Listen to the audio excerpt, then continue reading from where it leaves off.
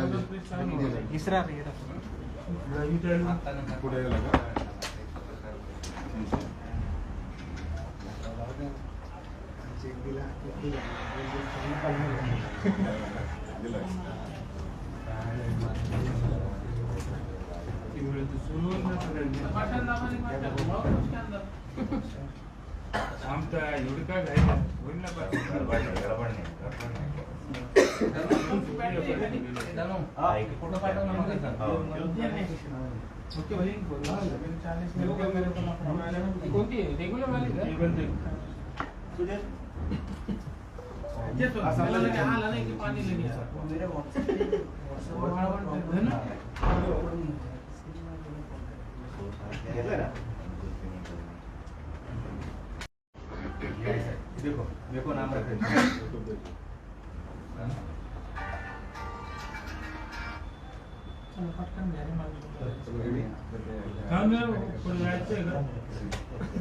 Ready वो इसकी याद होई इसकी कोणाची माझे तिकडे जाणार माझ्याला चिडचिड करायला लागतं लगेच मोबाइल पे काम करता ना माझ्या हमारा तुम्ही गडबड करू नका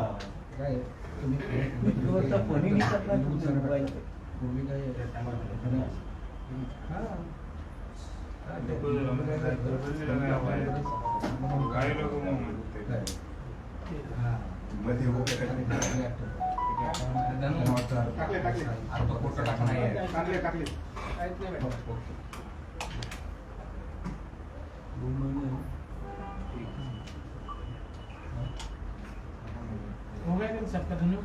हाँ नहीं बाकी सगळं झालं का तुझं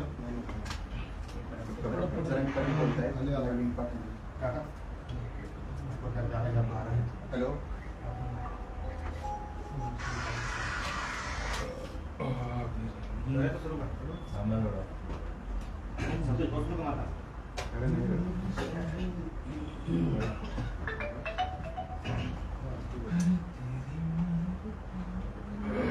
ड्राइविंग पार्टी जरा पार्टी बोल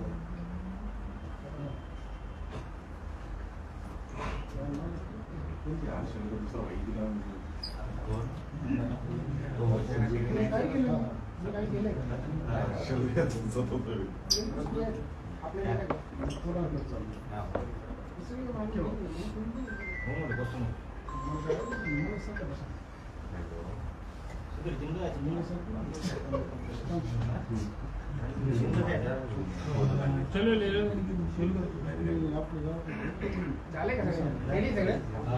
ओके रेडी रेडी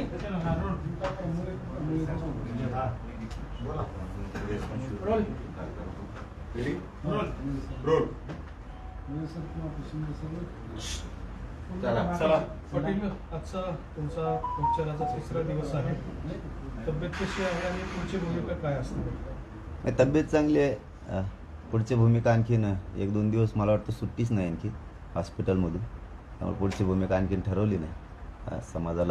समाजात जाऊन चर्चा करून पुढची भूमिका ठरावी लागणार आहे. फक्त एकच की मराठा समाजानं लई अफवांवर विश्वास ठेवू नका. कारण सोशल मीडियावरती अंतरवालीच्या बाबत मला जी आज माहिती मिळाली ती रात्रीच्या बाबतची की मंडप काढून देणार आहेत असं तसं, तर तसं सध्या काय नाही आहे. कारण DYSP खांबे साहेबांना ती जबाबदारी घेतलेली आहे. मराठा समाजावर चाललेली दडपशाही थांबवा याबाबत सगळ्यांनी मेल करा. तिसरा विषय पुन्हा सांगतो की आपण पोरांच्या परीक्षा आहेत आता, म्हणून आपण रास्ता रोको आपले जे आंदोलन आहे ते आपण स्थगित ठेवलेले आहेत सगळे. दुसरं की 3 तारखेचे रास्ता रोको सुद्धा स्थगित ठेवलेले आहेत की विद्यार्थ्यांच्या परीक्षा आहेत आणि लग्न मोठ्या प्रमाणात आहे त्या दिवशी. आपलेच बांधव कोणीतरी सगळ्या जाती धर्माचे ते असणार आहेत. ते लेकरं बाळं खूप ते ओरडा थांबू शकतं. म्हणून त्याचं रूपांतर महाराष्ट्रातल्या ज्या शक्य गावकऱ्यांना आहे, ज्यांना शक्य आहे, कारण सगळ्यांनाच दमवायची गरज नाही, शक्य आहे त्यांनी साखळी उपोषण आणि धरणे आंदोलन आपण आपल्या गावात किंवा शहरात करायचे. यानुसार चालायचं आहे सगळ्यांना. बाकीचं शांत चित्तानं बघायचं आहे. कोणाच्या बाजूनं काय बोलतोय, आपल्याविषयी मराठ्यांविषयी कोणात काय द्वेष भरलेला आहे याविषयी बारकाईने लक्ष ठेवायचं आहे. कारण त्यांनाही माहिती मराठी गप्प बसतेत, ऐकतेत उठाव करते हे त्यांनाही माहिती. आणि त्यांना थोडं भ्रमात आहे ते चालू द्या. कारण काय असतं, डोक्यात एकदा हवा सत्तेची शिरली की ते चालू असतं. त्यामुळे मराठा समाजानं शांत चित्ताने 7-8 दिवस बघावं काय चाललंय, कुठं कसं आहे. जसं की कालचं उदाहरण आहे, मी बोललो नेत्याला एका पक्षाच्या आणि मराठ्यांचे नेते तिकडून बोलायला लागले. मी काय चूक केली, मराठा समाजाच्या जातीचे लेकरं मोठे व्हावेत म्हणून इकडून बोललो आणि मराठा समाज मोठा व्हावा ते म्हणतात आमच्या नेत्याला बोलला. अरे बाबा, नेता आहे तुझं की तुझी जात आहे, यावरही बारीक लक्ष ठेवायचे. कारण पुढं त्यांना गरज आहे थोड्या दिवसात. त्यामुळे मराठा समाजाने लढताना बारकाईने लक्ष ठेवून सुद्धा लक्ष ठेवायचे की कोण काय विरोधात बोलतोय आणि मंत्री, मुख्यमंत्री, उपमुख्यमंत्री कसे षड्यंत्र रचतात याच्यावर बारकाईने लक्ष ठेवायचे, सावध राहायचे. किती द्वेष भरलेला आहे मराठ्यांविषयी यावरही बारकाईने लक्ष ठेवायचे आणि आंदोलनं आहे ते शांततेत सगळ्यांनी करायचे.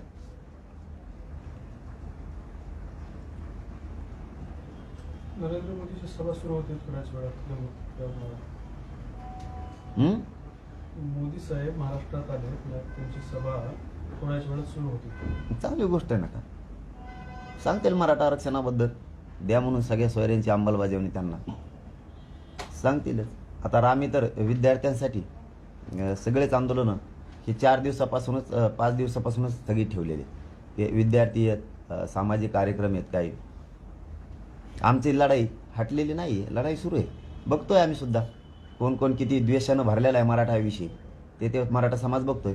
मराठ्यांची एकजूट काय आहे हे पुन्हा एकदा त्यांना दिसणार आहे. फक्त चाल करा, तुम्हाला मराठ्यांचा पुन्हा मुंग्यासारखा महापूर आलेला दिस पुन्हा